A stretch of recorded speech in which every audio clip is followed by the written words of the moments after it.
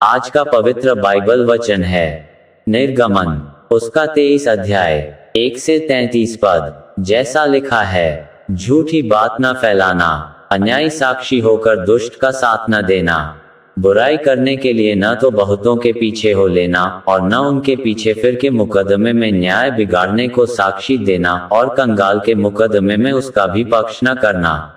यदि तेरे शत्रु का बैल व गधा भटकता हुआ तुझे मिले तो उसे उसके पास अवश्य फेर ले आना। फिर यदि तू अपने बैरी के गधे को बोझ के मारे दबा हुआ देखे तो चाहे उसको उसके स्वामी के लिए छुड़ाने के लिए तेरा मन न चाहे तो भी अवश्य स्वामी का साथ देकर उसे छुड़ा लेना। तेरे लोगों में से जो दरिद्र हों उसके मुकदमे में न्याय न बिगाड़ना। झूठे मुकदमे से दूर रहना और निर्दोष और धर्मी को घात न करना, क्योंकि मैं दुष्ट को निर्दोष न ठहराऊंगा। घूस न लेना, क्योंकि घूस देखने वालों को भी अंधा कर देता और धर्मियों की बातें पलट देता है।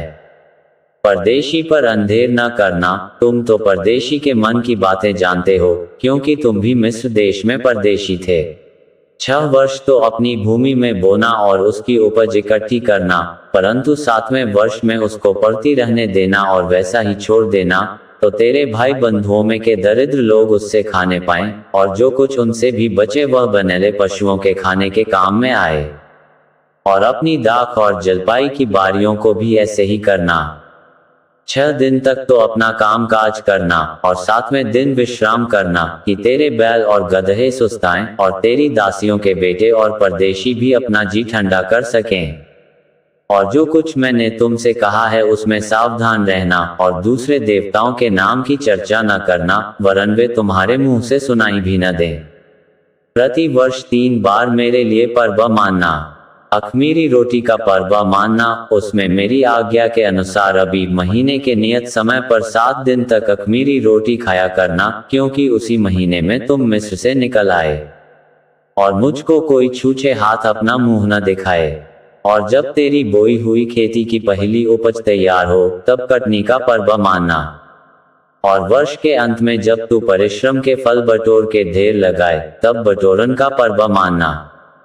प्रति वर्ष 3 बार तेरे सब पुरुष प्रभु यहोवा को अपना मुंह दिखाएं।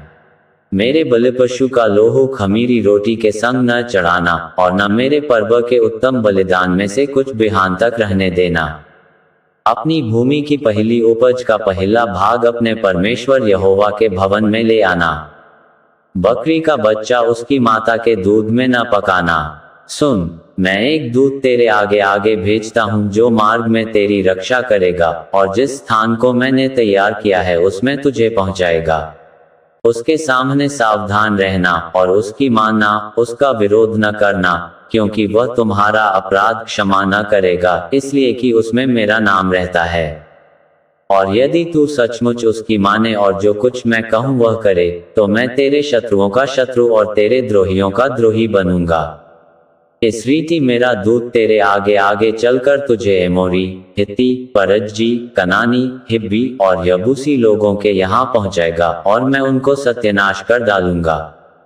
उनके देवताओं को दंडवत न करना और न उनकी उपासना करना और न उनके से काम करना, वरन उन मूर्तों को पूरी रीति से सत्यानाश कर डालना और उन लोगों की लाटों के टुकड़े टुकड़े कर देना। और तुम अपने परमेश्वर यहोवा की उपासना करना, तब वह तेरे अन्न जल पर आशीष देगा और तेरे बीच में से रोग दूर करेगा। तेरे देश में न तो किसी का गर्भ गिरेगा और न कोई बांझ होगी, और तेरी आयु मैं पूरी करूंगा।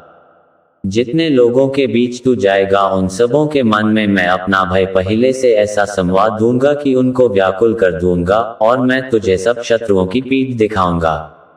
और मैं तुझसे पहले बर्रों को भेजूंगा जो हिब्बी, कनानी और हित्ती लोगों को तेरे सामने से भगा के दूर कर देंगी। मैं उनको तेरे आगे से एक ही वर्ष में तो ना निकाल दूंगा, ऐसा ना हो कि देश उजाड़ हो जाए और बनेले पशु बढ़कर तुझे दुख देने लगें। जब तक तू फूल फल कर देश को अपने अधिकार में न कर ले तब तक मैं उन्हें तेरे आगे से थोड़ा थोड़ा करके निकालता रहूंगा।